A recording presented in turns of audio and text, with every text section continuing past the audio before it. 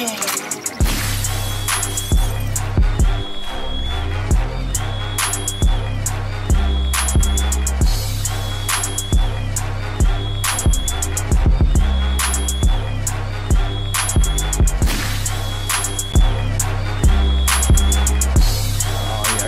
got the Flyers beat.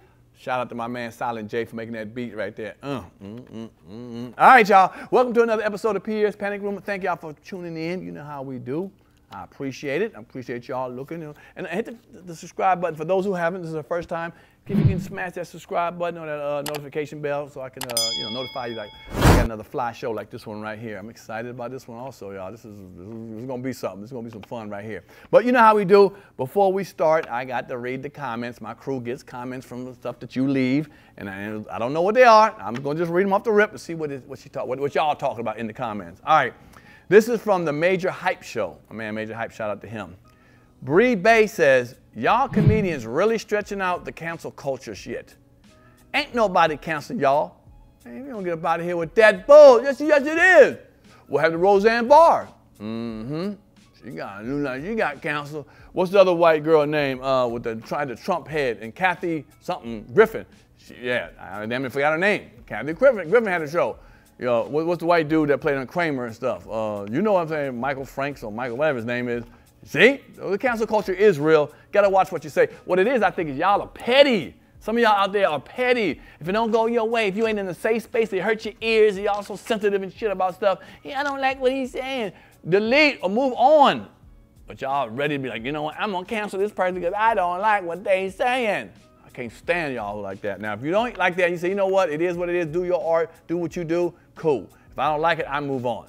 But some of y'all want to be Captain Save-A-Holes and shit. Y'all ain't it. All right, this is from the Chris Spencer Show.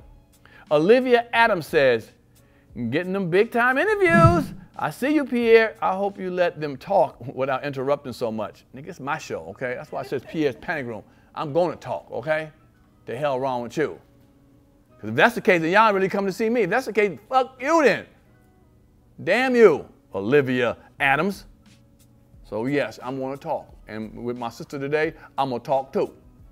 Can't stand y'all. Howard Stern get to talk all day long. Y'all don't say nothing. And he a multi-millionaire. Breakfast Club, they talk all day long. They millionaires. And you want me to be quiet so it don't hurt your feelings so you get to hear what the guests say. I had enough of the guests when I start interrupting. Enough been said. All right, this is from the Jazzy Faye Show. Jazzy is a time capsule. The greatest interview I've seen in a very long time. Appreciate that. I don't know who the Jazzy Faye Show. I don't even say who it's from. Okay, thanks. Okay, shout out to whoever wrote this. You know, but yeah, Jazzy Faye was a very interesting interview. I didn't really know him, but I got to know him really well. Shout out to him. So, all right, here we go, y'all. I'm excited to get this young lady. She happened to be in town. You see me and her, you know, having our little ta-ta on Comedy Hype News, which I enjoy. It's like my sister, y'all. And I enjoy that y'all like the ruckus that me and her bring sometimes. So, it's, you know, it's all love between me and her. So, I didn't really realize that she was from Baltimore. That's kind of like, well, it's kind of in the DMV area, but you know, Baltimore's a total different place. It should be Baltimore and then Maryland, okay? Okay. For those who know Baltimore, it's a whole different. But you got, you know, there's a reason why there's two series made after that. What is that? The Corner and The Wire, okay? There ain't nothing about damn where I'm from and shit. It's a little soft over there. But shout out to my girl. She's here. I'm excited. Give it up for the one and only Yamaneika Saunders!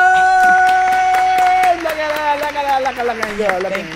Look at you. Okay. Yeah. Woo. Yeah. I've been waiting to do this interview. I really have. Me too. Really? I'm excited. Yeah, and I think they should know I said no holds bar. You said no holds bar. Let's talk about it. So whatever you ask me, I'm going to answer. All right, cool. Well, first of all, I'm just happy you're here. I really am. I'm really here to get the interview from you. You know, I've heard about you, you know, a little before I met you. Didn't know. I went by, you know, what people said. I saw you a couple of things, but to get to know you, I really dig it. And I dig your passion too. Thank you. Know what I'm saying? Even though I'm passionate, so we bump heads and things, right? I but I like that. You. Yeah, right. Yeah. Come on. People be like, you got beef for her? Like, no. No, you're my favorite person to go back and forth with. Really? It's all love. I'm a true Scorpio, so if I don't like you, I won't talk to you at all. That's right. You know, so I always tell people, if I'm saying something nice to you, if I'm saying something nasty to you, that means you are in my heart. Oh wow. Okay. Well, cool. I didn't realize you from Baltimore. Yeah. I can see that now. now it makes sense. That's right. Yeah, well, I grew up in, they moved me quickly out of Baltimore. So I grew up in Aberdeen, Maryland. But it's not as, you know, fun to say. My grandparents were pastors, and they had a church in Baltimore before they got saved. They had a nightclub called Strawberry Hill in Baltimore. Really? Yeah, so I grew up in a nightclub. My uncle was the security and bouncer. My mother was the DJ. You know, my grandmother and grandfather made drinks, and I was upstairs in the attic being babysat by my cousin who wasn't paying me no attention. But you know, what was the name of the club? Strawberry Hill. Oh, Strawberry Hill, okay. Yeah. Do you know, I grew up like that too in Germany. My mother owned a club called Club Why Not, where all the soldiers would come. Yeah, would come, and I saw and heard some shit at a young age. Now, I was about, around that time when that was happening, I was pretty around 8, 9, 10. So how old were you when you were? First of all, that's so fat because that's such a unique thing, right? So that's so fascinating that we have that in common. I was a baby. Oh, okay. You know, little baby. I thought you said you were being babysat. Yeah, I was a little baby, and you know, they would tell stories about, again, like my cousin would watch me or not watch me, be on the phone with girls, and I would climb downstairs and they'd be like, "Who's this baby on the dance floor?" I love it. I love it. So yeah, that was my life, and my mother has been a DJ for a long time. Really? So yeah, I went out to different. What was Mama's name? What was Mama's DJ name? Mickey Moore. Mickey Moore. Yeah. Whoa. Mickey Moore. Mickey. She worked for a couple of top 40 stations, but my favorites were she worked for B106 in South Carolina and also the Big DM 101 FM. So she would go on after dawn, early bird in the morning. Yeah. Nice. So you were kind of around show business at a very young age. Yeah. That's dope. But that club thing is something else. I used to do this when the soldier they would leave, you know, at night, whatever, 2 o'clock in the morning. The next morning I'd wake up around, you know, 10 o'clock, whatever in the morning was. I'd go down there and look for money because a lot of soldiers drop shit, coins and shit. I mean, what? I'd be looking for shit. I found little joints in the lawn. Okay, I saw all kind of stuff. Here's a funny story. How old I am. I remember one night I was going through the during the, you know, 10 o'clock at night. I was going to get some milk at the kitchen. You know, I'm walking through. I ain't supposed to be going, but I'm going through. Everybody knew me. Yeah, and I heard a song being played. And then when I got home, and when I went back home the next day, it's like on a Friday. That Saturday, a DJ came, like 6 o'clock, set his stuff up. I remember asking him. I'm the son of the owner, so they go do it. I said, there's a song I remember you playing that night. You remember what it was? He's like, oh no. So he put an album on. Was it this? I was like, no. Was it this? I was like, no. He did about 7, 8 songs for me. Nice enough to do it for me. And then I was like, that's the song. That was my jam. You know what song that was? What was it? Play that funky music, white boy. Yes. Yeah, he was nice enough to play that shit for wait for me to play. So I always remember that moment there. But that's cool then. So you moved to Aberdeen. I know. There's nothing going on there. But nothing. I grew up so boring, so isolated. How old were you when you left Aberdeen? I was 15, going on 16. I moved to Los Angeles. Because I got accepted into the Los Angeles County High School for the Arts to study theater. Right. Yeah. Now, I'm saying that because what was it like? You said it was kind of boring, but what did you do in Aberdeen? Because I know Aberdeen. Ain't nothing in Aberdeen, okay? Not really in Aberdeen. There's nothing. Right. I did a lot of, I talked to myself. Wow. I was a kid. Okay. Which, you know, listen, when my grandparents got saved, and they was like, listen, you got to stop talking to yourself. But I didn't, you know, I have...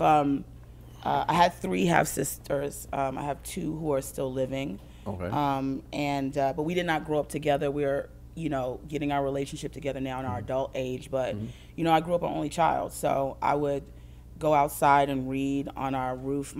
My bedroom would open out to the roof. Okay. And I would go out and read, you know, books by the moonlight and stuff like that. Really? Yeah. Nice.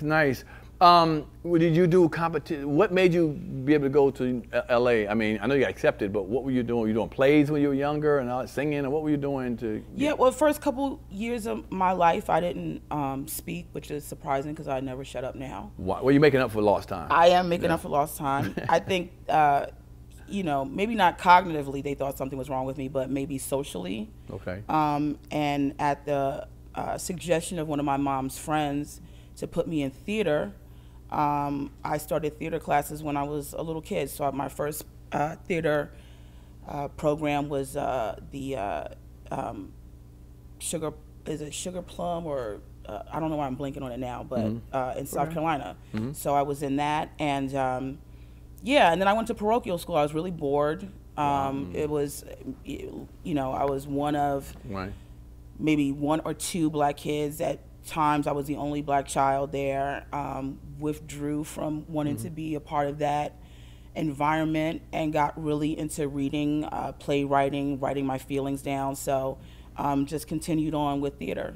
Okay, so then you went to LA. Did your parents go with you to LA, or how'd you get there? Oh, you was just you're 15, right? You were 15 with LA? Yeah, I was 15 and a half. Well, really going on 16. I mean, it had to be around that time because I remember for my 15th birthday, my grandparents bought me driving lessons. Okay. Because, you know, in back then, in Maryland and some places, you know, in New York you don't have to drive. That's where I live now, right? But, you know, if you live places and driving is important, you get that handled right away. So I remember taking classes when I was 15 and a half, got my permit. And so it was around that time. My mother was already there. My grandparents raised me. Okay. And not because my mom didn't want to raise me. My mom, you know, I had times with her, you know, when she lived in South Carolina and we lived together and stuff like that. But I think they all just agreed that I needed to be in an environment that was conducive for a child, you know, not late nights, you know, seeing a mother and father environment and stuff like that. So you went there. It was you and your mother only? Is that what you're saying? My mother was already in LA. Right. But when you got there, just you and her together, you were going to act. So she was taking you to acting classes or auditions? No, I went. This is. I wanted to get out of the school I was at. So my options were to either. There was a boarding school in Troy, New York, that my grandparents wanted to send me to, and I didn't want to do that. And I kept saying I want to do something, you know, I want to go to like Fame and all that. So my mom said you can audition for LaGuardia High School, which is in New York City. A lot of people went there. A lot of people. Yeah. I didn't want to go there because the person I would have had to live with at the time was like, I couldn't deal with him. Okay. Just real old school. And I ain't, you know, trying to make a nigga pancakes every morning before I go. You know what I'm saying? Like, pancakes. You know, stuff like that. My mom said there had to be like a answer to that school in LA where she was. She found it, and I went and auditioned. The goal was to get in. It was the last audition before the school season started. They had like 300 plus kids auditioning. They had 1 slot. There's a story behind that, but I got the slot. Okay, so you get in the slot. You're out in LA. Is it not working enough to, how were you when you went to New York? How were you when you were in New York? I was turning 21. Okay, so we're talking 6 years of in LA. Was 6 years not turn out what you wanted to be? Like you weren't getting in stuff, roles or whatever? What was it made you say, I want to go to New York instead of staying in LA? I instantly wanted to go to New York. Well, my mother got me into stand-up because I was not, in LA, probably. Yeah. Okay. I wasn't interested in stand-up. It wasn't even a thought of mine.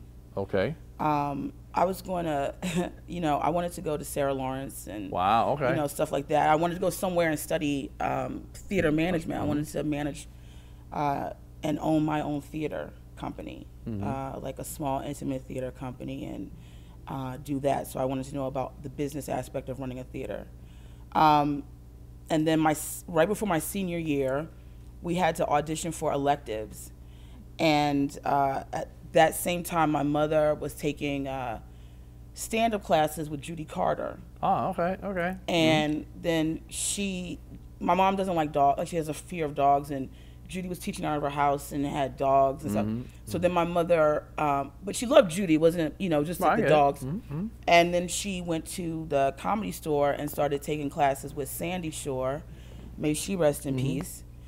My mom was doing a lot of material about me and being a mom. What was your mother's name? Michelle Moore, but she went by Mickey Moore. My mom got in, you know, I always think my mom is like the catalyst, right, to everything that I do or have done in my life. She gets in, I go in, she gets out, she does something else. She's a jack of all trades, right? She's done a lot of things. She's not really a traditional, she didn't fall into the traditional category of what women needed to do. She tried her hand at everything that she wanted, and sky's the limit. So, you know, I get my tenacity and stuff from her. She's still alive? Your mom's still alive? Yeah, she's still alive. Yeah, still getting on my nerves. Right. But she was, you know, doing stand-up, and Sandy was like, your daughter sounds so fun. You and your daughter's stories about you guys. And I think they had like a class where they were supposed to bring somebody in that they were talking about. And my mother brought me in, and then she was doing stand-up, and I started doing, like, going back and forth with her. Right, sure. And then Sandy was like, you should, you know, take the class. And I didn't want to take the class. And my mother said, you should start do stand-up. And I was like, I don't want to do stand-up. Like, I want to be a legitimate actress. I'm not into folly. It wasn't interesting to me. Right, just what you think. But let me ask you, okay, so you go to New York. Before that, my senior year, one of the elective options to audition for was stand-up comedy. They had brought stand-up for the first time ever to LACSA, the school I went to. And one of my favorite professors, Norman Cohen, was teaching it. And I remember telling my mother about it. And she said it was a sign from God and I should audition for the class. And I was like, I'm not going to audition for the class. And she said, just audition. If you get in, you don't have to go. I just want to see if you can get into this class. And I auditioned and I got in. Okay, so you so you started doing stand-up. Stand-up, yeah. What got you to New York? I instantly didn't like the comedy in Los Angeles. No, wow. What's not to like about it? Not, you know. And what year was this around? I'm just trying to get my 97. Okay, I was around there at that time. Okay. Yeah. All right. I'm not ashamed of how old I am. But yeah, no, it was 97, and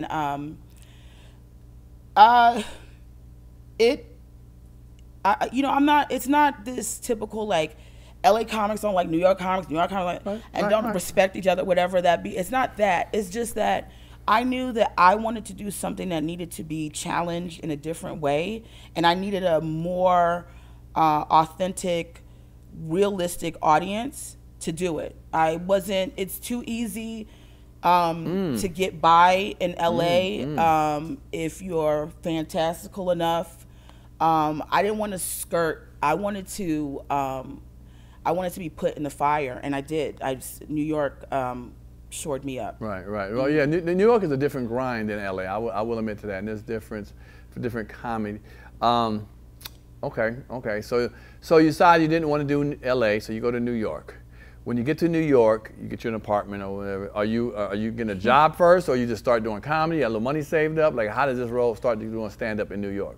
It was haphazard. Okay. It really was. I had my ideas, and my family had their ideas. I didn't really emancipate myself from my family until I was about 25.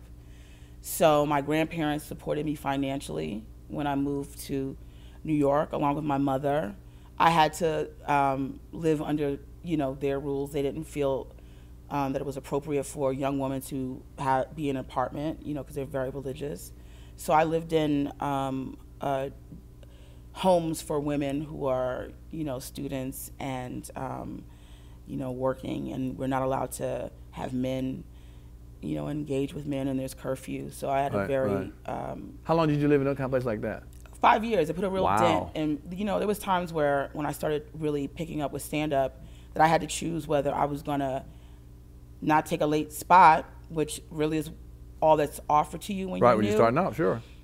Or, and get home, right, or stay out all night until like 7 o'clock in the morning. Because the door closed at a certain time? Yeah. Really? What time? Nuns. What time did the door close? It would be 10 o'clock on the weekday and 11 on weekends. So I would sit out. Yeah, we don't even get on stage a young comic until 10 o'clock at night. I got really familiar with the guys at the deli, and I would just hang out with them until the doors open. And what, 7 in the morning, 6 in the morning? 6 or 7 in the morning, yeah. Okay. You know, my father used to do that to me too. He used to put the chain on the door if I wasn't home by midnight. Oh, really? Yeah, I had to call my sister because we had to share the same phone and wake her up at like 1 in the morning. Because back, you know, when you're a young comic, you get the worst spots, the last spots, with 10 people sitting in the audience. I remember doing that, and then it's funny. When I became, you know, larger or whatever, that's my son. Right, that's my right. You turning that real quick. Yeah. Okay, so you're in New York. You're doing the spots you can, the best spots you can. You're getting around. You're doing comedy full time. Full time. Full time. Not well, but full time. Right. But you're being supported by your family, so that's good. I'm being supported by them. Who did you come up with in New York around that time in the early '90s? Well, when you middle '90s, late '90s, when you were coming up. I mean, a lot of people. We know? Well, I don't know. I'll go by the first person that I remember that I was like really attached to. was Gina Brion, who was a New York comic. She did America's Got Talent. Okay. She's touring now. She was touring with the fluffy. I don't know why I'm Iglesias. Yes, yes. So we both were. I just remember seeing her at Gladys's Comedy Room in Times Square. It was in the back of Hamburger Harry's. Right, right. My mother was like, you should take comedy classes. Right. And I didn't want to keep taking comedy classes. So I would break out from what my mom wanted me to do and sneak and do little rooms and stuff. I talked to a couple of comedians who knew you back in the days, claimed they knew you back in the days. Yeah. And from their perspective, you didn't do a lot of urban rooms. You did more mainstream rooms. I wasn't opposed to urban rooms. I wasn't.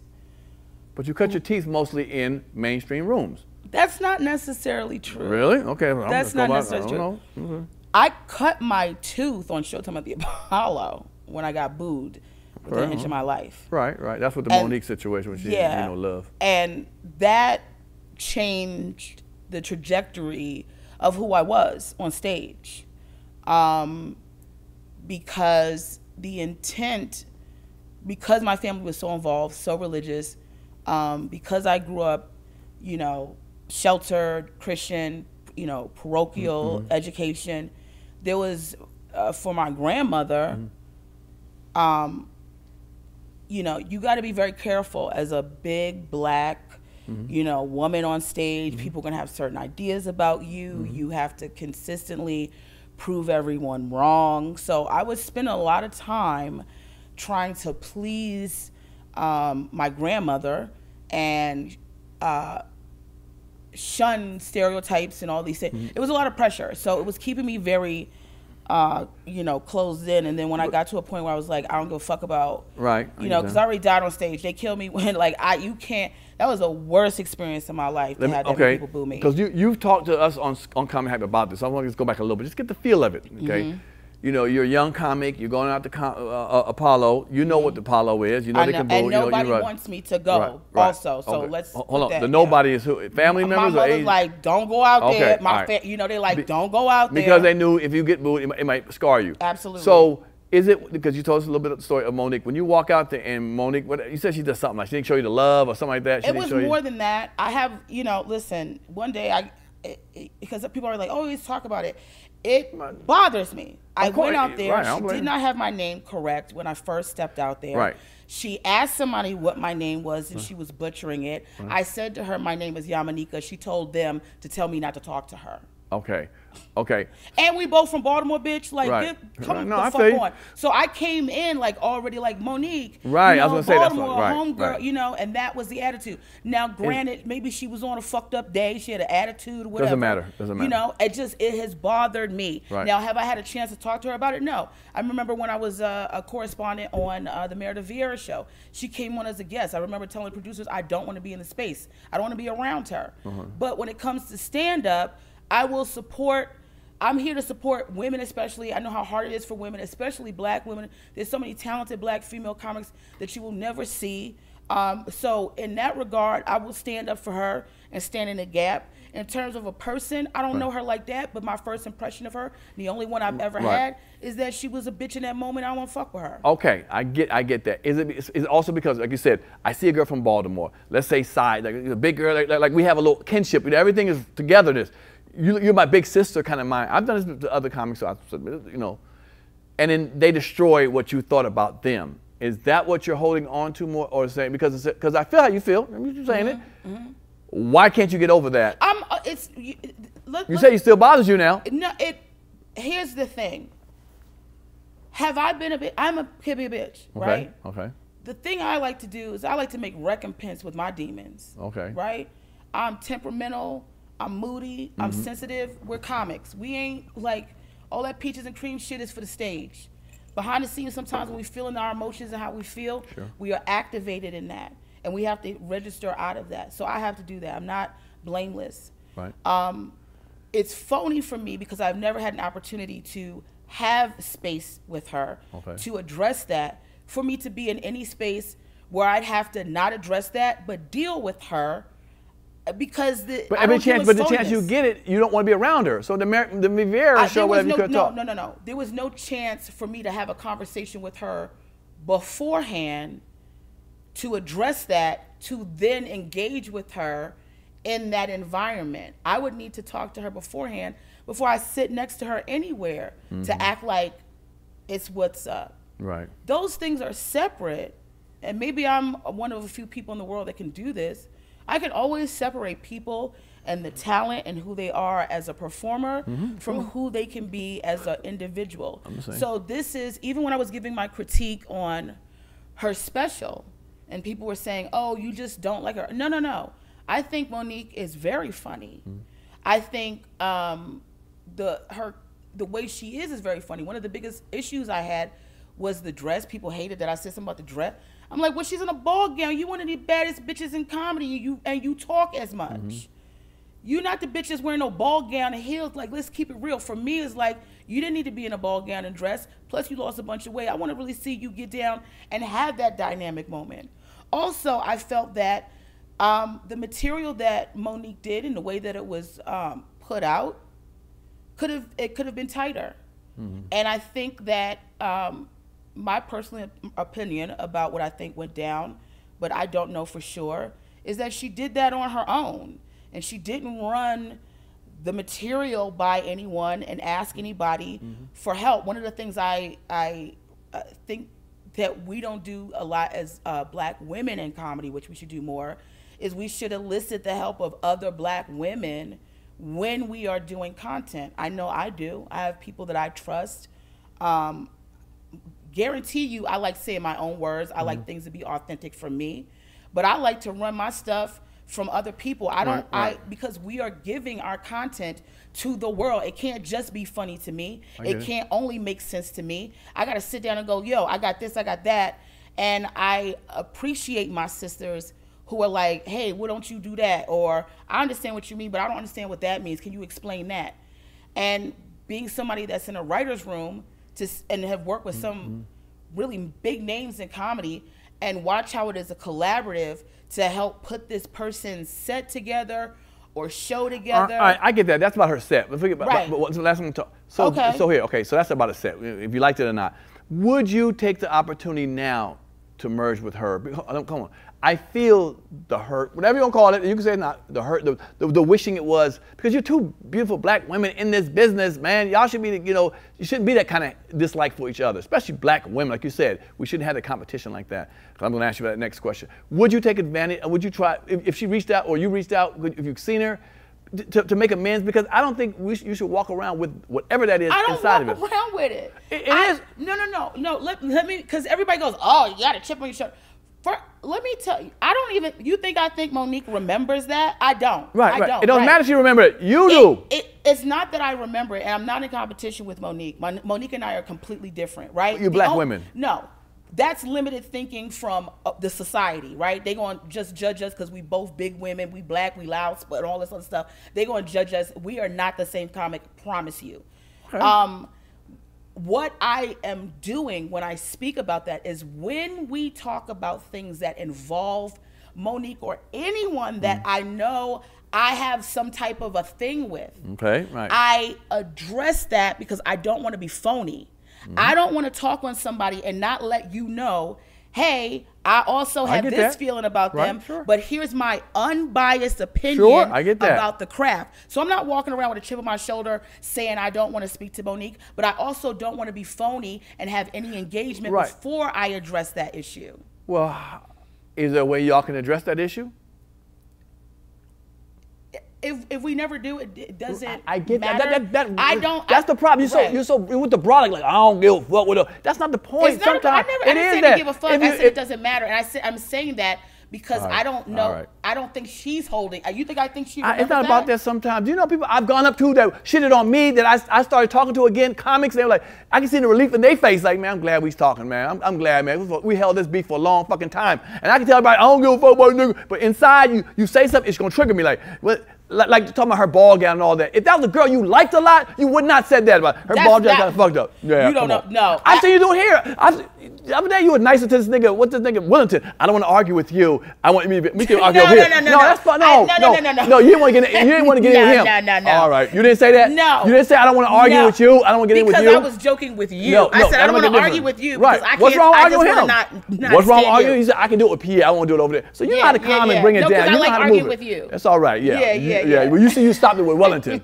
Okay, I heard it. I was like, okay, I came for Wellington. Yeah. He also please. He said he was stepping down a little bit. You charge forward like goddamn right. Wild animal. No, not a wild animal. Yeah, it's all good. All right. Do you think being in a big one, you think size matters in comedy? You know, do you think you've gotten or not gotten stuff in comedy because you're a bigger black woman? Yeah, it's a complicated question. It's a complicated answer. Yeah, people instantly when they see you go on stage, no matter your gender or race, they see a big person, they are ready to laugh because they're looking for, they're ready to receive a lot of self-deprecating material that in a way kind of like I can laugh at them and it makes them feel better about themselves. Have I been that person? Absolutely. Have I been the person that instantly got the party started by, I used to do this joke where I put my foot up on, the table that's in front of me and go, I got to air my pussy out because I'm a big girl.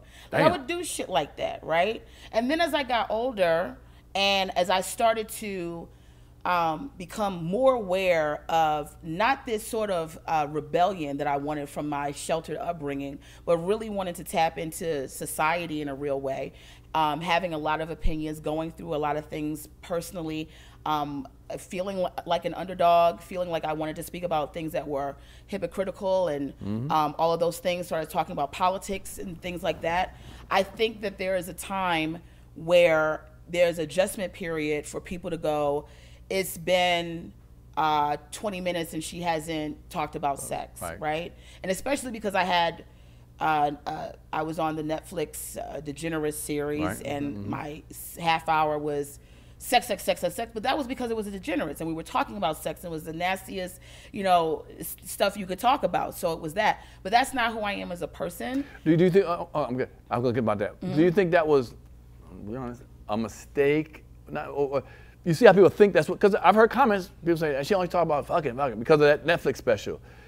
You're telling now everybody that's what they were asking us to do.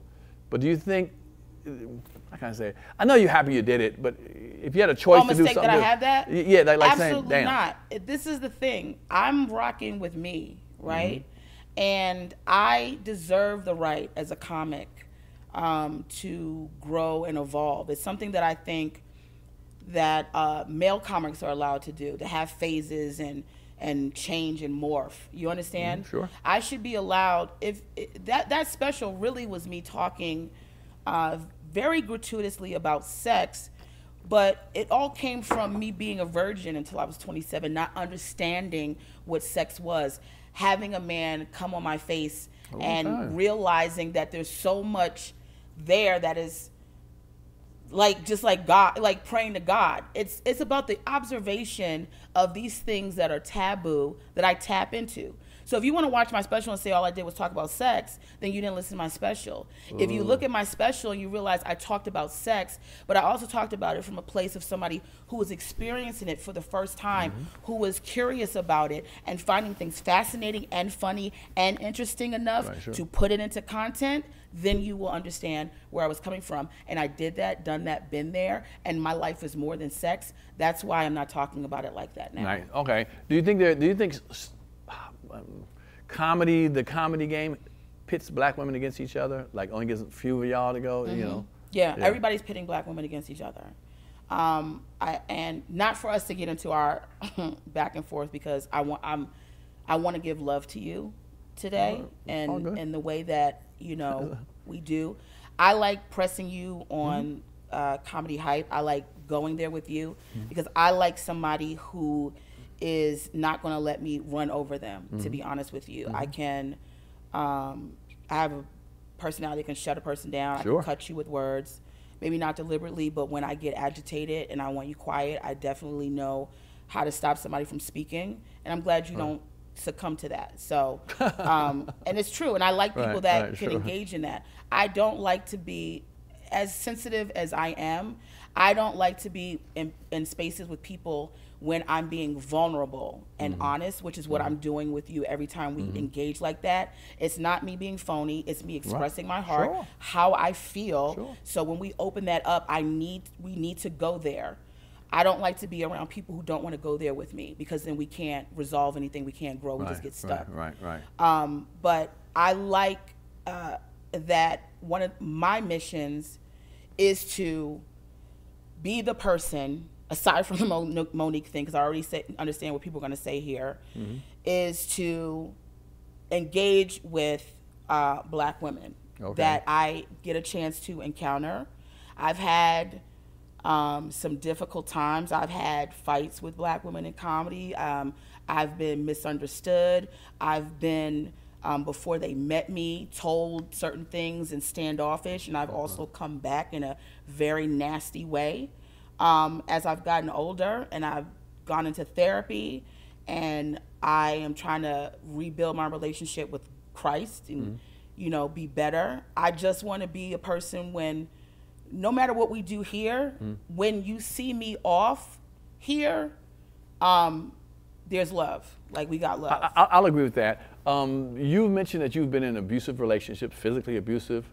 Does that translate to maybe how you feel? You harboring something? That's why you say you're going to a therapist. Maybe because some people label you a male basher. You know, people said that. You've admitted it. I ain't no male basher, man. In the comments, you're a male basher. Is it? Do you think they? Not to say they're right or wrong, but do you see the little bit of what you might be showing them to make people feel that way? And could that come from the relationships you've had with men who've treated you wrong? And you said you got into some physical altercation with some men, right? I have. Right. You know, it's a cop-out, right? This is why I don't stand on that when people say that, because it's easy to say that somebody is hurt. And it's easy to say that they're speaking out of hurt, so then you don't have to take any accountability for what you may be doing. It's not me, it's that man that did it to her, right? I try to speak about the overall feeling of how it feels to be a Black woman in America. That is a feeling that I can translate to my girlfriends. It is not something that is solar to Yamaneika, right? It's not a singular feeling. Those singular experiences, I go hash those out with my therapist. I've been in physical relationships, abusive relationships in terms of friendships. I didn't have a guy beat my ass. I've had a situation where, why am I fighting a nigga that I am in love with like we niggas, right? Why is there no gentleness with me? Why is there no love? That is not something that I ascribe to a relationship with a Black man. I was in a relationship with a white man who was very toxic. And over time, I realized... And y'all fought too, the white man? The reason why we fought was because he thought I was with the okie doke. I wasn't going to let him say certain things about Black people and think I was on board with it. I don't hate Black men.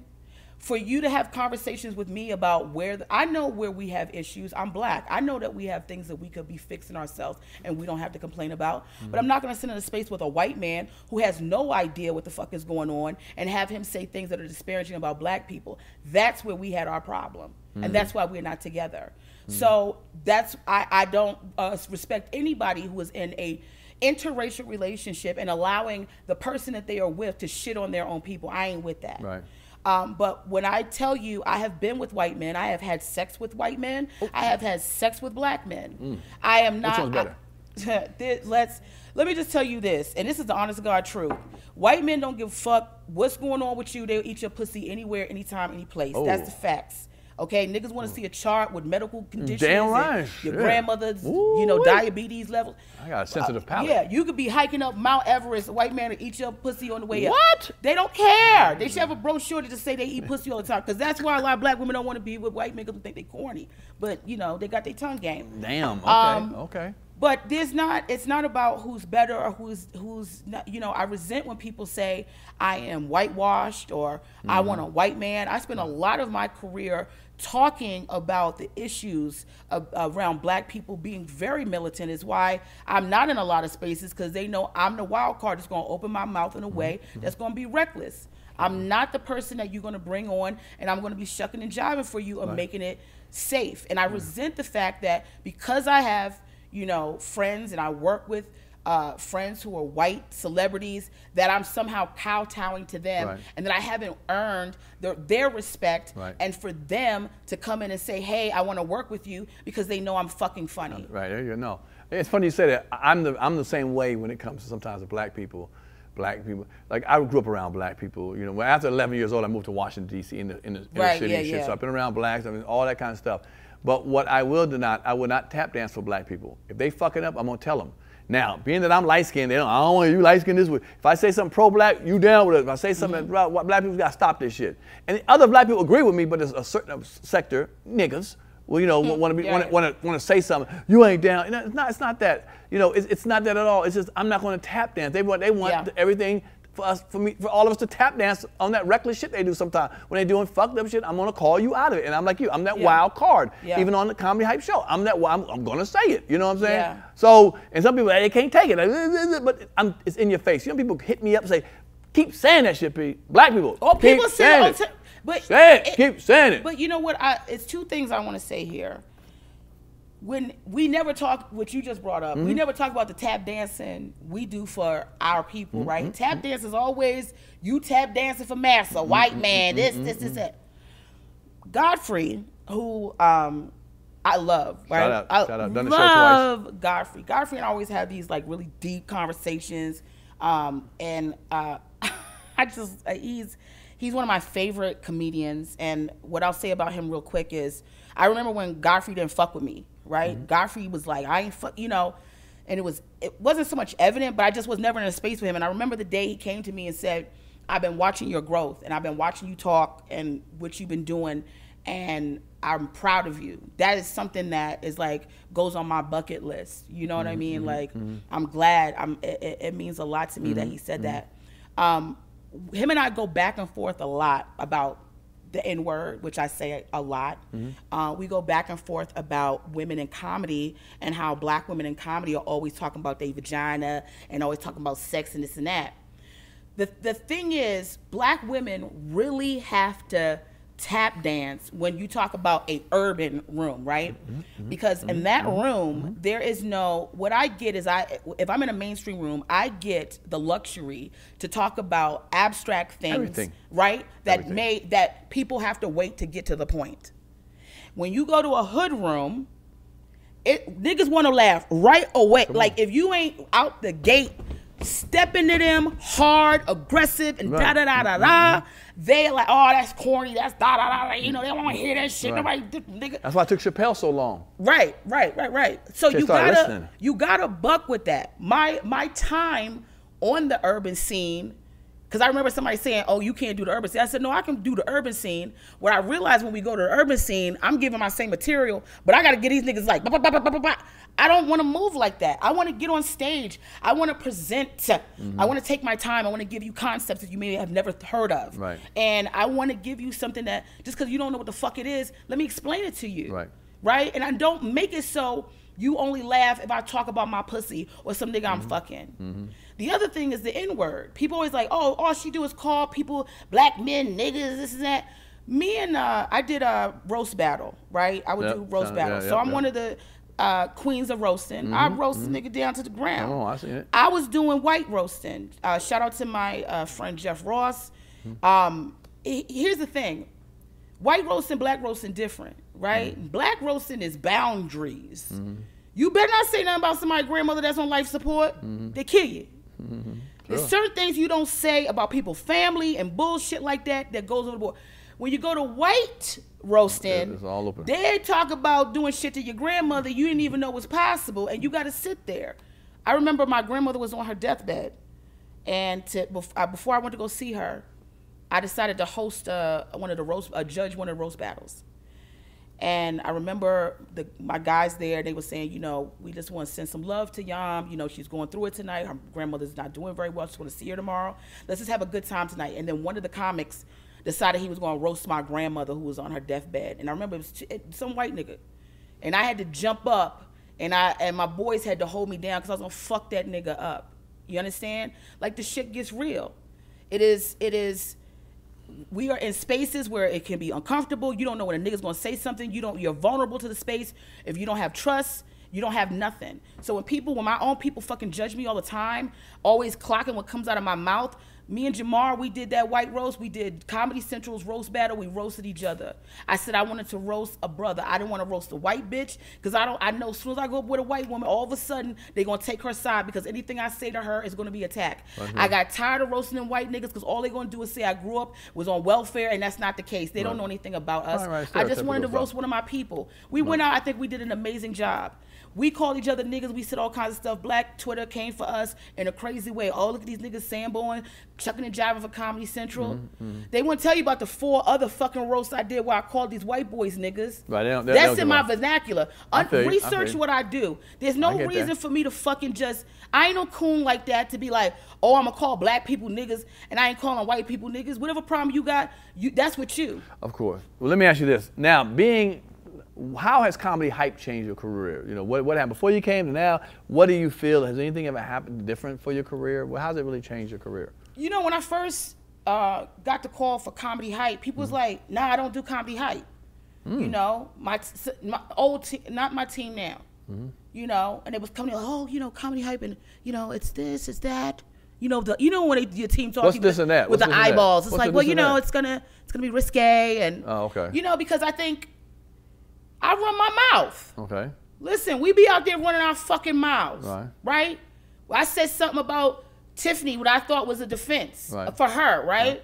I said I didn't think her elevator went all the way to the top floor. This is, I think she's crazy, right? Like, just as a person, I never seen her get, oh, now everybody got a problem with me because, oh, you talking about Tiffany. No, I actually like her.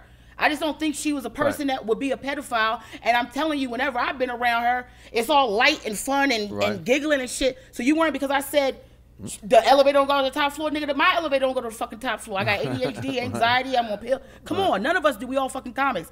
I don't think she's a predator. That was a point that I was trying to make. Then you got fucking Corey Holcomb up our ass. For what? Can't none of us say nothing? That nigga go on his show, say what the fuck he want, but then everybody got to tap dance around his fucking feelings, right? Then you got, I know that's your boy, what's his name? The nigga that was in, what's that movie? Gorilla 2? Faison.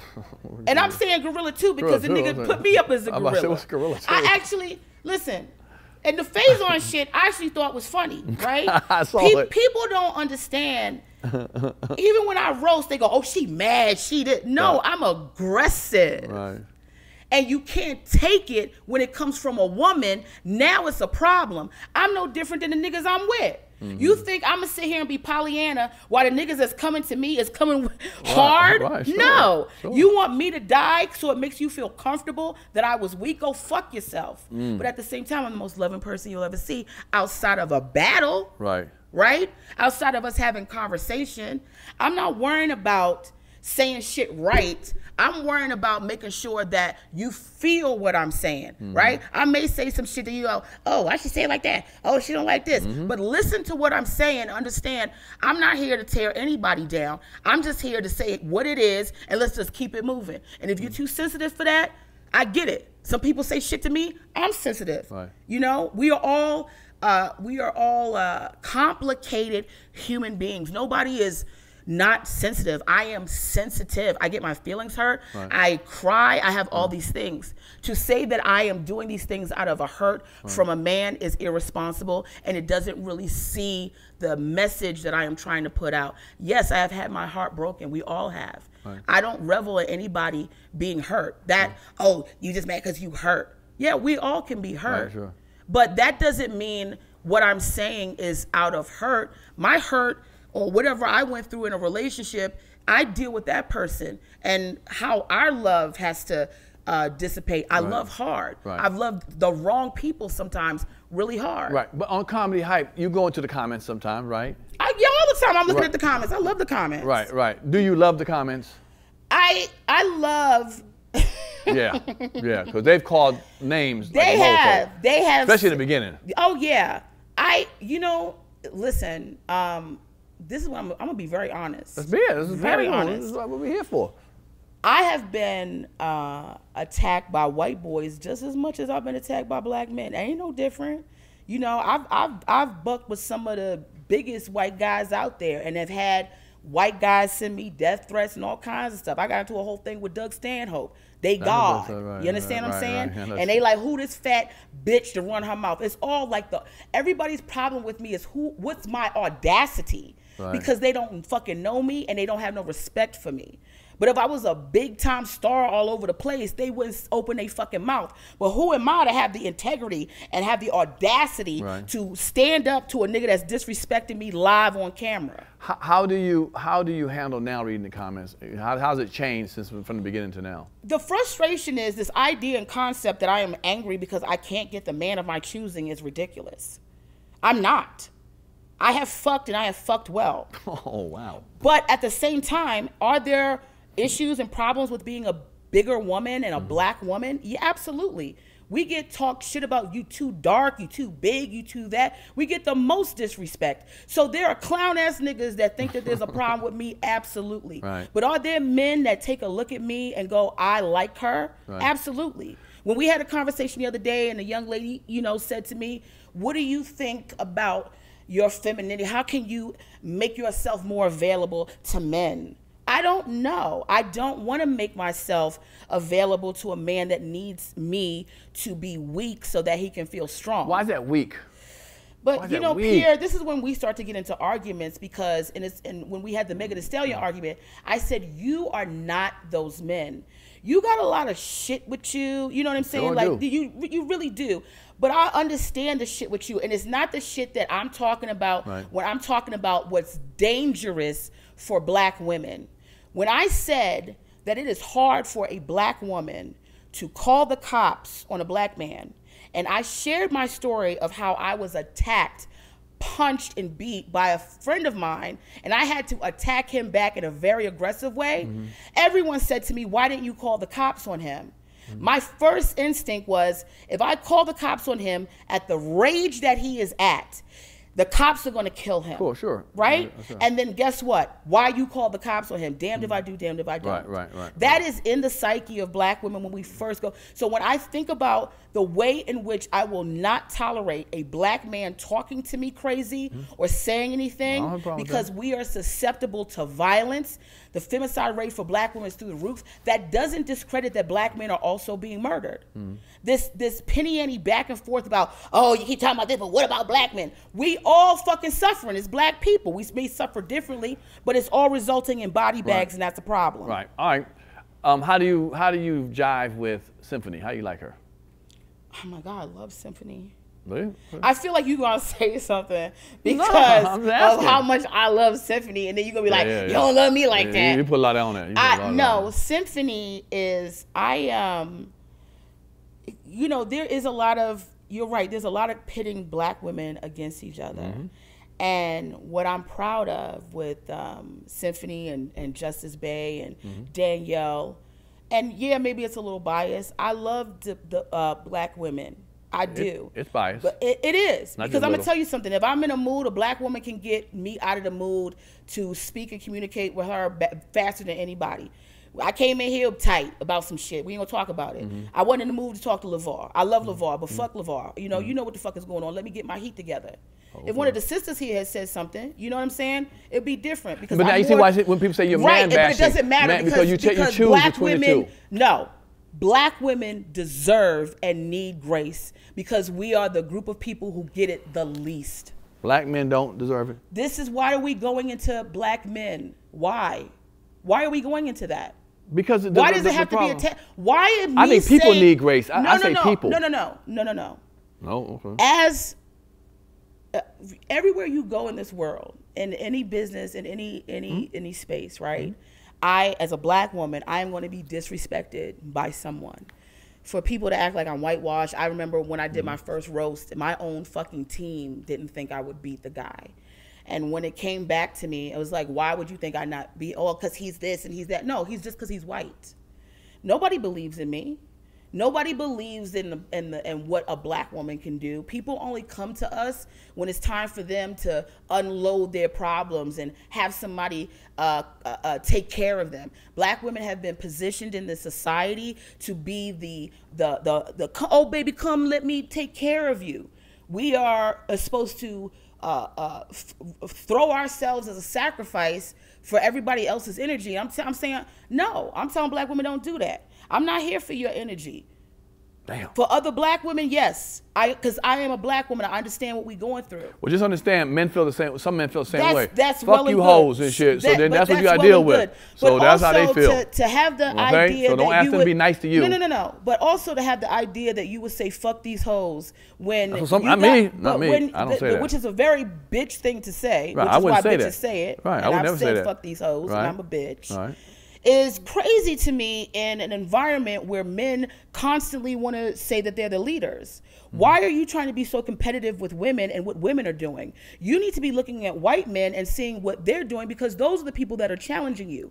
When we live in a society where black men will say that the biggest issue in our community is black women, when they have been ostracized, dehumanized, enslaved by white men, but you have none of that gas for them, you haven't even overpowered them. You are still asking them to give you grace, to give you money, to give you access. You're not building in your own community. That's the one thing that white men will do. They will build with their own community. They will build with their own women. And I'll tell you, I don't think white men like their women any more than black men do. But white men have the integrity of their own brand to know anytime they disrespect their own women, they are disrespecting their own race. That's what brothers have to get together. Okay. Speaking of different races, so you work with Amy Schumer. How did you get that job? Being funny. Is that a comedy club and she saw you? Yeah, all my work, nobody's giving me anything. What I'm grateful for is people seeing me and going, hey, I want to work with you. Nice. It's all been my work. Right. But that's why I also am not cocky about it. You know, I don't get cocky. I go, thank God, because I'm trying to eat. It'd be feast and famine. You know, like I want to be in these rooms. I want to work with people. People see me on a project and go, hey, I want to put you in this. I saw you do that. Everything is like I'm building my resume. Right. Yeah. Right. You still feel like you still like fighting to be heard? Yes. But I'm not resentful for it. Yeah, absolutely. I'm not where I need to be. Okay. I'm not where I think Where would you need to be? What would you like? If you had a best scenario, what would your comedy life be? Producing something? Or? I love producing. I love writing. I would love to be writing. I want to write on my own show. I want to have my own show. I want to have, my stand-up out in the world. The difference between me having an opinion about where I should be and the reality that everybody has an opinion about where they should be is where the balance is. I know that I should and could be in places, but at the end of the day, it is all up to God whether I get in those places or not, and nothing is guaranteed. Okay. Do you have any, can you tell me your top 3 female idol comedians that you look up to that you said that?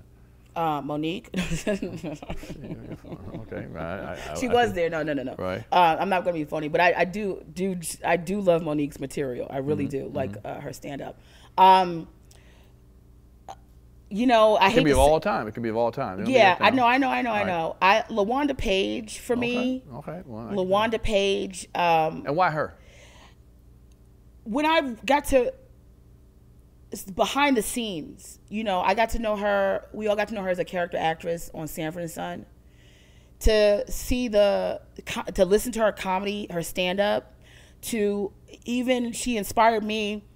The way she went into the roast, she was able to go into spaces that certain people couldn't go into, and that she Red Fox, that was his friend, and he had love for her. Right. Yeah. He did. He fought for her to be on that show like a mofo. He did. All right, give me another one. Just give me another person. They're not really in stand up, to be honest with you. Della Reese. Nice. Okay. I just had a real connection with her, just multifaceted. There's a toss up. I have to say Whoopi Goldberg, right? But I also have to say, unfortunately, Roseanne Barr. Why unfortunately? Because she's in such. I understand. We're both November 3rd Scorpios. Roseanne, spoke her mind. She did. I mean, I don't agree with a lot of the shit she's saying, but I love her. Right. I really do. And one of my favorite, two of my favorites of all time. One, I'm starting to, but people start getting on Twitter. You go, oh, I don't know. I used to love this person. Yeah, right. I'm a humongous Bette Midler fan. Some of her tweets have lost me. Okay. You know what I mean? But I grew up watching Bette Midler rewind it. She would incorporate this funny stand-up character, but she also sang. She was an actress. She was somebody whose career I wanted to emulate. I don't know if it's realistic in this day and time when people don't have the patience for seeing somebody sing, dance, and do, go through all the transitions. And Lily Tomlin. I put Lily Tomlin, Whoopi Goldberg, and Bette Midler up in that category of just like multifaceted. And then Roseanne Barr, I love LaWanda Page, I love, and Della Reese. Okay. I meant to ask this question. Being on Comedy Hype, what are the top, but frequent questions, 3 frequent questions you always hear people ask you? I've always wondered what people talk about, like when you're on your own space, when people say, girl, what's some of the things they say? From Comedy Hype? Yeah, being on Comedy Hype, yeah. Well, I've met people that actually live by me that see me on, there's one gentleman in particular. I never want to say people's name because I don't know if people want their business out there. But he was like, he was like, oh, you're so nice. Right. It was because I had a conversation with him. It's like, yeah, I'm temperamental, but I'm not like an asshole. Right. I think people are always like, the black man stuff. It just so happens that that's a lot of the topics that we talk about. They said to you personally? Yeah, I've had a few brothers come out to see what I'm all about at shows.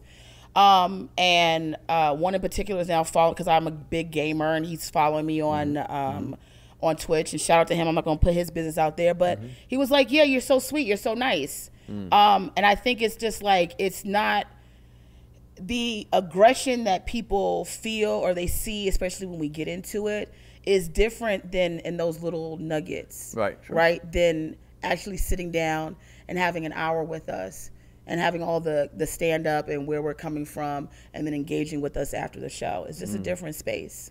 Yeah, people have thought you had beef. I've had people call me like, "What's up with you?" Like, what? I love Pierre. I understand, because it's look, it's fodder for the show. Yeah. To me, is what it is. Yes, am I standing on what I believe? Yes, and she's standing on what? Yes, and do we bump heads? Yes, but as I say over and over, they don't ask me that no more. But I got nothing but love for you. Look, you're on my show, and we talk. Yeah, we we've laugh, been talking we hug about this afterwards for a and long stuff. time. But it is a business. Yeah. And they hire me to talk. Yeah. And they hire you to speak up.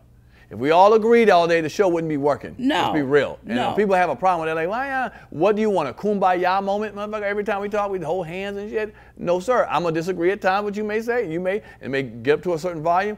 But that is the beauty of the show. Yeah. That we're speaking the truth. And I always look at you when we're done. I always look at you. I think the problem was, the Megan Thee Stallion thing was really hot for us, but it was emotional, right? And it was emotional for me because I was being very vulnerable about stuff I would never be vulnerable about. I'm not here to share toxic past, like, oh, I was in such an abusive, that fight I got into was with a friend. I've been in relationships with men who have not valued me, who have said some of the worst things to me to tear me down. Yeah, absolutely. But I think as a whole, when we got there and it got emotional on my end, it hits a point where it needs to go sometimes. It has to go up to the air. And everybody got to feel what they feeling, and then we got to come back and we got to regroup. We have to do that. We had a chance to really regroup. But families fight. I don't want to not be in a situation where somebody's not saying what they really feel. Let's get it out. Let's start communicating, because we can't grow from that. Right. Sure. And I got nothing but love from you. So, listen, to act like I didn't know who you were before, and I wasn't a fan of yours, and understand you're coming before God, it's ridiculous. I have respect for you from before I knew you. I have respect for you now that I know you, and I appreciate you, and love. And it's never going to be, we share the space. We are colleagues, and we're friends. And that's what I tell people. Don't bring me that, man, what you think about her, like in a negative light? I love this young lady right here, so that ain't going to happen. But like I said, we have the conversation. All right, last question. If you weren't doing comedy, I know it's in your blood. It's in my blood. You know, I'd be in a casket if I wasn't doing it. But yeah, you know what I'm saying. But let's say you had another choice. What could you see yourself maybe have done? I wanted to be. I don't know. My life has all been entertainment. Like I said, I wanted to study theater management and run a theater. Before that, I was very much into the idea of studying political science. Well, I can see that. I wanted to be a lawyer. I can see that. Yeah, I wanted to do that. My grandmother always wanted me to be in the ministry. People used to say that was in the calling in my life. Right. It's you know, as much as people have opinions about my opinions and think that I'm stubborn and narrow-minded at times and unwielding and unyielding. Right. I thought it was a lot of responsibility to be a pastor or a preacher, and that's something that I would have loved to do, but I never want to be the thorn in somebody's side. I don't know if I could ever be blameless enough to lead people in purity. And I didn't want that responsibility. But I think the thing that my grandmother always saw when she saw the ministry over me was the ministry of comedy, which we do. Okay. Yeah. Okay. I like that. Well, speaking of comedy, something funny. We go to your IG. Oh no. Your Instagram. Please. Yeah. No, ain't too late now. Can You we here skip now? this? No, ma'am. No, ma'am. Just- We go there. No. We go there and we look and see what you put up. I don't know what I was going through. Just Okay, well, we looked and I'm asking a question. What were you thinking when you posted this picture right here? I mean, this is a dope situation. This nigga got one, oh no, I got one leg. I thought the nigga was handicapped and shit. So this is your appearance on the Breakfast Club. Yeah. What did that do for you? That's a big show. That's a big platform. Yeah, it is a big platform. I like the outfit too. Damn, that's just hot. Thank you. You done wore some bullshit for me, but I know. God damn, you got no love for me and shit. I don't listen. I'm Damn. always coming from the gym. Yeah.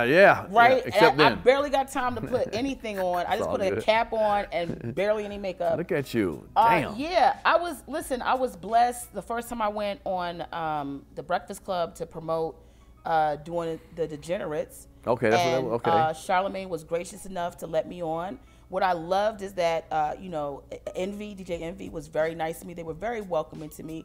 Angela Yee, who is a friend of mine now, and I give her so much love, she had done so much research, and it made me feel good that she had really taken the time to see, because I ain't know, you know what I'm saying? Like, I'm begging to get on the show, you know what I mean? I'm happy to have that platform. So for them to just be so fun with me and gracious, I'm proud of that picture. I wish Charlemagne was there. I know he was doing something that day, but yeah, I got love for all. I like that. I mean, I really like that outfit. Thank you. Yeah, you did the damn thing with that. All right, let's go to another one right here. Let's think what you was thinking about when you said, okay, what okay, all right now, let's break it down to some, what's going on here? Yeah, this is actually my picture that I have up at the Comedy Cellar that I signed and put up with all the other comics. I don't know, it reminded me of who I am. I am sweet, but I am also funky, you know? And having that wife beater on and those jeans underneath, such a beautiful shell.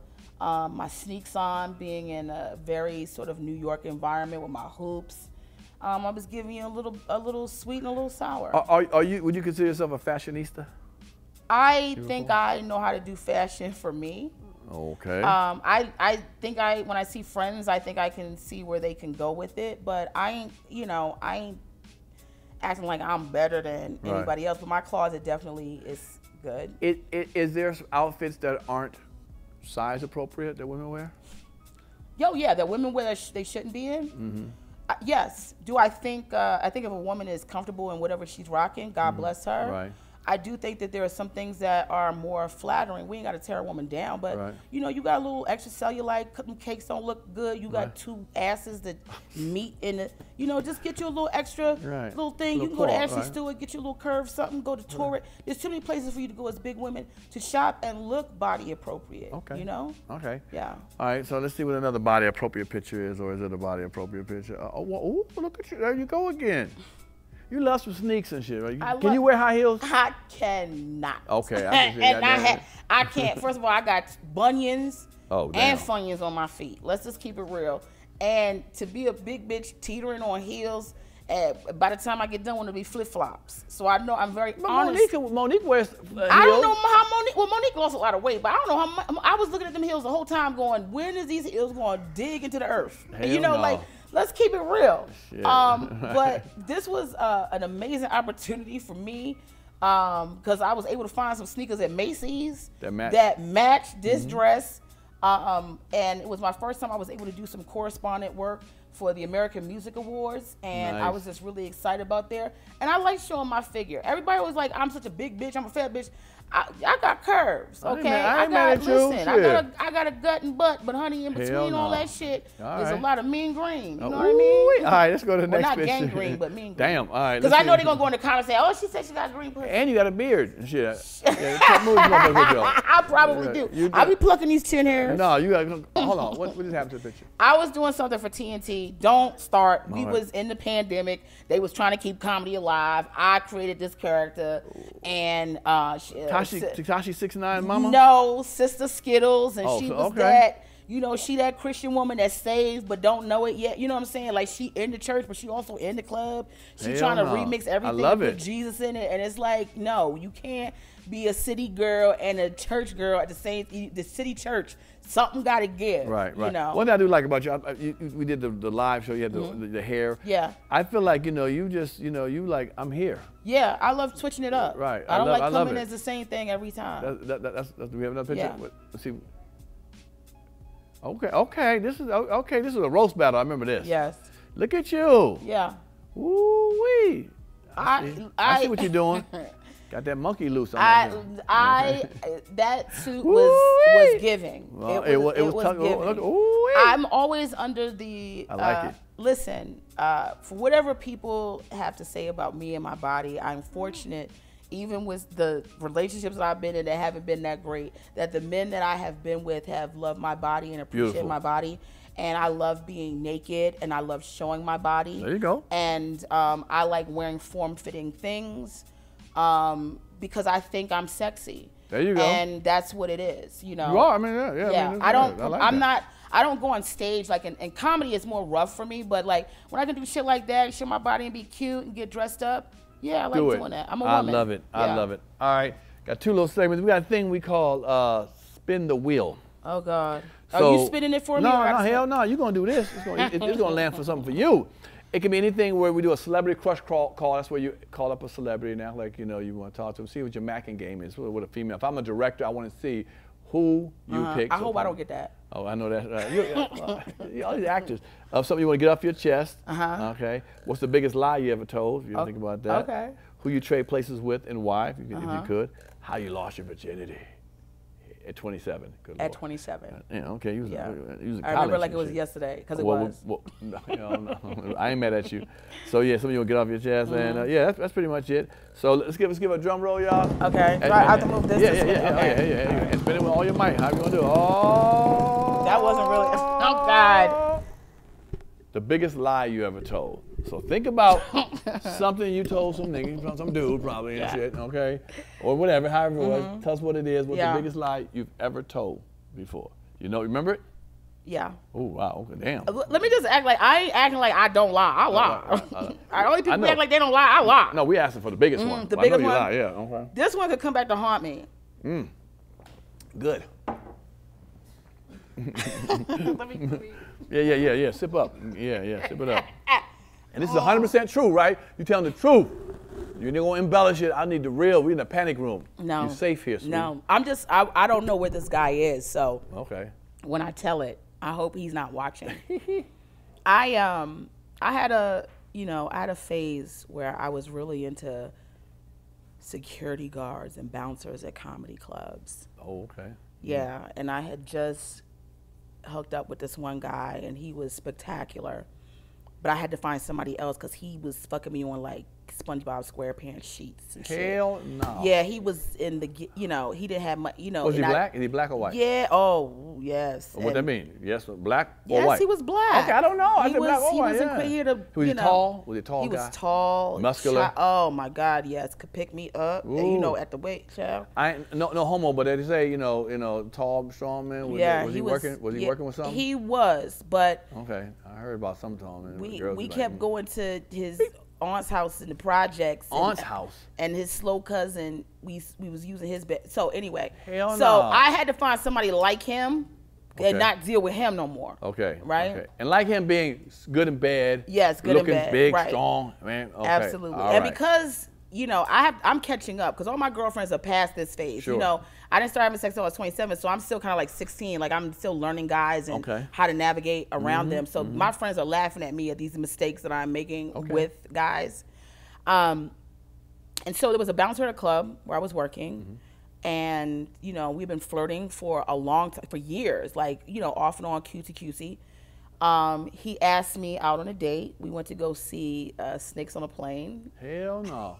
Okay, this is another black man, though. Another black man. Okay, so two, okay. And he came to the date. He had combat shorts on and flip-flops and a hoodie. Oh, damn. And his knees was ashy. Hell no. And in between his knuckles was ashy. Wow. And it wasn't giving anything. Right. And I wanted to get away from him, but he was very controlling right away because I think he was invested in, because I had said yes, he was planning our future of, you know, we're going to do this and I'm going to do that and you're going to take care of this. And I was just like, I don't want to see this. I can't deal with him. Like, I can't. He ruined the movie for me. He screamed at me for getting scared. You know, buck up. I was like, oh my God. Damn, like, really? Yeah, I couldn't even be terrified. I was like, the whole movie, I was like, So when he called me the next day, I lied to him and told him that I had that I had just gotten out of a mental institution. Love it. Yeah. That's not really lying, but you know, no, it was, you know, it was, and I was scared because I was off and on at this club at that point. So he, you know, because I'm like, he was like, I just saw you last week, you know, and I told him it was on this drug called neperperfrine, never heard of it.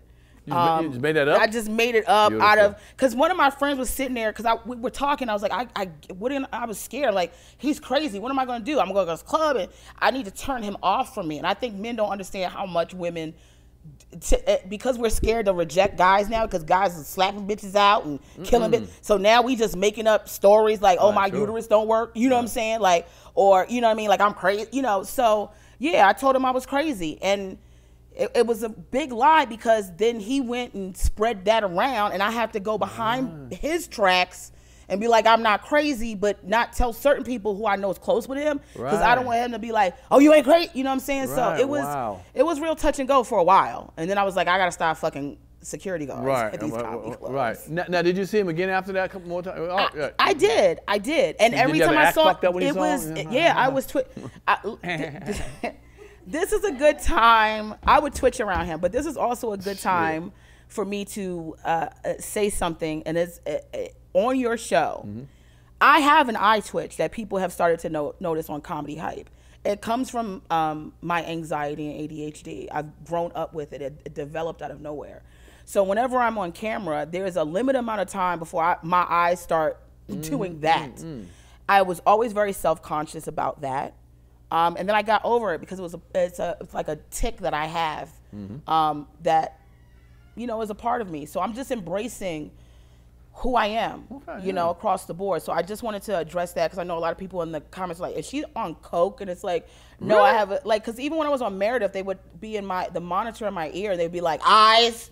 And then I go, oh, wow. I did a comedy show on I forget the name, Comedy Knockout, and me and Jim Norton were on the same show, and he has a tick too. So we was like, you might have an actual tick on. We was blinking off, like we was doing the blink. I was like, listen, you gotta blink, and I gotta tell me when you blinking so I don't blink, and I'll keep my eyes open while you. It was a mess. It was just like ticks everywhere. But you know, we're comics, and what's your tick? You got something that's crazy and off. We all do as comics. Come on, Pierre, you got something that's. I'm 100. I'm just the shit. Come on. All right, that's my tick, being the shit. Okay. Why you call this the panic room? You panicking about something? No, I can't come up with nothing. What my tick would be, a tick as a physical thing, right? Like anything that's like, I used to be self-conscious about people, so I would never look at somebody. I would turn, or I would cover my face like this whenever I started blinking from nervousness. That's what I mean. Like I was embarrassed for people to know that about me. I don't have a tick, but I would say insecurity. Really? Yeah, hell yeah. I don't like this side of my face. That's why I'm always filming this. I don't give a fuck where I'm in car. I'll turn the whole camera around. You be over here, I'll be looking from my whole shit. I just don't. This is a better profile. Then this side here. I love that you shared that. That's why I sat in the chair I sit in Comedy Hype. Mariah's like that. You're like, yeah. So what is it? Paul Newman? Is it Paul, I think, or Steve McCoy? No, what's the other one? Robert Redford's like that too. Yeah. Well, both sides of your face are very appealing, Pierre. Look, other shows, I don't know what they do, but damn it, we give out pride. We give out shit. We give a swag bag. Check it out. Put it out there. Yes, look at that stuff. Oh right my there. goodness. Yes. What is it's in all here? black owned too, sister. Oh, I love that. Now, first of all, I hope I can get my titties in this shirt. Well, it's extra large. Well, you sent me a jacket that was right size. Listen, I'll get down to it. See, right. That's official. That's a good shirt, I love this. What is this? Yeah, that's something that you, at night when you're laying in bed, you need to play with yourself. You can use that. Yeah, that's right, yeah. Pierre, this better not be your damn face on something. Why wouldn't it be? Shit. Okay, it's a rag, girl. What you want with it? A bandana. Look, you can put a bandana. You go sleep with it at night. No, I'm gonna wipe my pussy with it. Wow. Well, I gotta get a bigger one. I'll get you a bigger one of that. Okay. Shit. Okay. You need a blanket. Somebody bring a blanket. Shit. That's the thing. People don't understand how much. Like sometimes, if you can get a good big girl joke off on me, I love it. The people be in the comments. That was a big vagina joke. Well, yeah, that was my vagina ain't but so many niggas been in here. But basketball team still large. Why am I doing this? He gets me there. He gets me there, people. Every time. I don't want to be like, this is him. Yes. What an amazing book. Yes. My 100 Homies and Phonies. You know I'm going to read this from cover to cover. Oh, yeah. It's an index. You can go there and look through it, you know, what person you want to look at. Yeah, because I want to make the third edition. I know that's right. That's funny. Official. Thank you. It just came out. I love Don't this. wash it with hot water. Why? Because the letters will fall off. That's crazy. Yeah, so wash it with cold. I'm keeping it 100 right on camera. Can I use dish detergent? Yeah, you can use it, yeah, but using cold water. Yeah, that's how we rolling right there, okay? Okay, it will fall. It'll be Anik room and shit. Fuck around. Anik room. Okay, you like ears, Anik room. So yeah. Are you a queen of comedy? That's funny. Are you a king of comedy? Yes. I'm gonna. It's like it has comedian, like different stuff on urban movies, TV shows, sitcoms, stand-up comics. So I'm gonna play this with my friend. I have game nights in my apartment all the time. So and you have to come over and we'll have a game night when you're in the city. I will do that in Harlem. Yeah. Look, girl, I appreciate you coming. Like I said, I was so happy to find out you was in town that I could do this with you. I really did. I had a great time, Pierre. Yeah, I squeezed you in. I moved you. You did. around. Thank you for squeezing. Yeah, it's all good. I'm so glad I'm here. Thank you. I thank you. I'm really happy, sister. Keep going what you're doing. I hope it doesn't faze you that much what people say negative on you in the comments. Let me tell you something what I've learned. I'm gonna tell y'all in the comments what I've learned on Comedy Hype. They pay me well. I'm there 3 days a week. Nigga, I ain't going nowhere. So you got to deal with me. Make a choice, motherfucker, what you want. If you don't like it, 21 Jumper or whatever the fuck ever network, you can go somewhere else then, nigga, because I'm not going nowhere. And I'm going to be who I am. Amen. You're not going to stop me. In fact, now the comments are even less because they know I'm here for it. Yes. So all that I see you in there typing up. What? And if your name, if you ain't got your real name, like your name Apple's 800, I got less respect for you, nigga, okay? But now you talking shit and now you be with your real name. Who you hiding from? You worrying about your boss working? Your boss finding out what you do, sir? You gonna talk about me. I'm a boss, nigga. I run my own life. Remember that. I work for no one but my damn self. Amen. And same with you, sister. Don't let them fools get into you. And hell no, just keep doing. And we're going to keep doing what we do on the show, and this is what it is. Yeah. I love working with you. I need that energy. I love all of them. I love Capone, Danielle, Symphony, Justice Bay. Bring it. That's what we're here for. My man Marcus, him too. Yeah, so all of it. I love it, enjoy it. I appreciate people watching the show, and I appreciate you watching my show. You know, this right here, Pierre's Panic Room. I bring the flyest guests, as I did again today, and you get to know people. Sometimes you'll get to meet people in it. Like 5-minute, 10-minute bites, and they just interview you real quick and stuff like that. I love the fact I had the show where we could sit out and talk and get stuff off your chest. You know what I'm saying? Yeah, thank you for this. So really, look at the camera, let people know where they can reach you at and see you at and all that good stuff and follow you. Well, as I always say on Comedy Hype, you can reach me at Big Bertha Ain't Got No Man, 2 Cats, Post Wall. But you can check me out on everything at Yamaneika. I mean, really and truly, anytime anybody's watching us and just taking the time to listen to us, we're so grateful for it. So good or bad, thank you for seeing us. Yes. Thank you so much, Yamaneika, one more time. Yo, I need you to like, subscribe, leave some comments, man, because we use the comments. So hit the notification bell, boom, and the subscribe sign. Hit that, and like I said, come on, join the. We moving. The numbers are moving up, and I appreciate y'all. I love each and every one of y'all who watch me or see me walking down the street and say something. Say, y'all watch the Panic Room. Truly, it's really. People don't realize how much that makes us. We do this. But when people come up to you and say, I like what you're doing, I love what you're doing. As you see, I travel a lot. Y'all stop me at the airports, wherever I'm at, in the stores or malls. I always give people time. I don't ignore them because I'm really, truly appreciative of it. I've always been that throughout my career. No one can really say they met me and they had a bad experience because I don't do that. I try to make you leave happy. You're fun. Yeah. So again, thank y'all. And again, we're going to do, we'll see you next week, y'all, on Pierre's Panic Room. There it is. This is Yamaneika Saunders here on Pierre's Panic Room. I survived. Barely. Turn me up a little bit. Turn me up a little bit.